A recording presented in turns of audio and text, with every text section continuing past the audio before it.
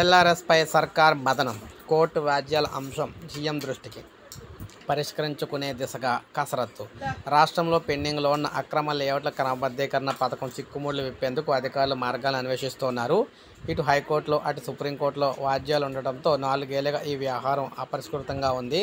రాష్ట్ర ఆర్థిక పరిస్థితుల దృష్ట్యా ఎల్ఆర్ఎస్ దరఖాస్తులకు పరిష్కరించి అదనపు ఆదాయాన్ని సమకూర్చుకోవాలనేది ప్రభుత్వ ఆలోచన. ఎల్ఆర్ఎస్ వ్యవహారాన్ని కొలిక్కి తెస్తామని ఆర్థిక మంత్రి బట్టి విక్రమార్క పలు సమీక్షల సందర్భంగా చెప్పారు. మున్సిపల్ కార్య వ్యవహారాలపై ముఖ్యమంత్రి త్వరలో ఉన్నత స్థాయి సమీక్ష అయితే నిర్వహిస్తారని, అప్పటికి ఎల్ఆర్ఎస్ చిక్కులపై సీఎంకు నివేదిక అందించాలని అధికారులు సిద్ధమవుతున్నారు. ఎల్ఆర్ఎస్పై ప్రస్తుతం హైకోర్టులో స్టే ఉంది.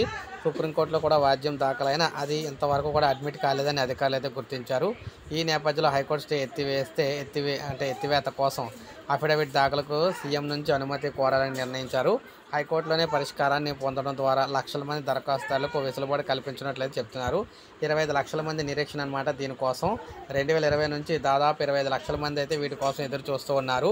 ముఖ్యంగా ఫ్లాట్లు యజమానులు కొందరు ఇళ్ల నిర్మాణం కూడా చేపట్టారు.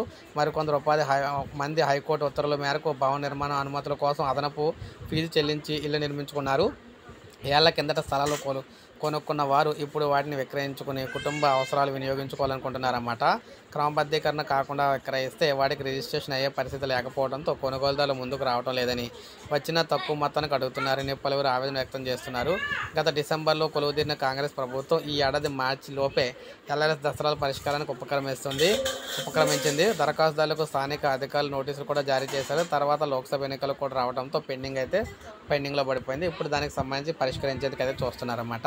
సో ఇది మనకి లేటెస్ట్ అప్డేట్. ఒక లైక్ చేయండి, సబ్స్క్రైబ్ చేసుకోకపోతే మన ఛానల్ సబ్స్క్రైబ్ చేసుకొని ఫాలో అవుతారు.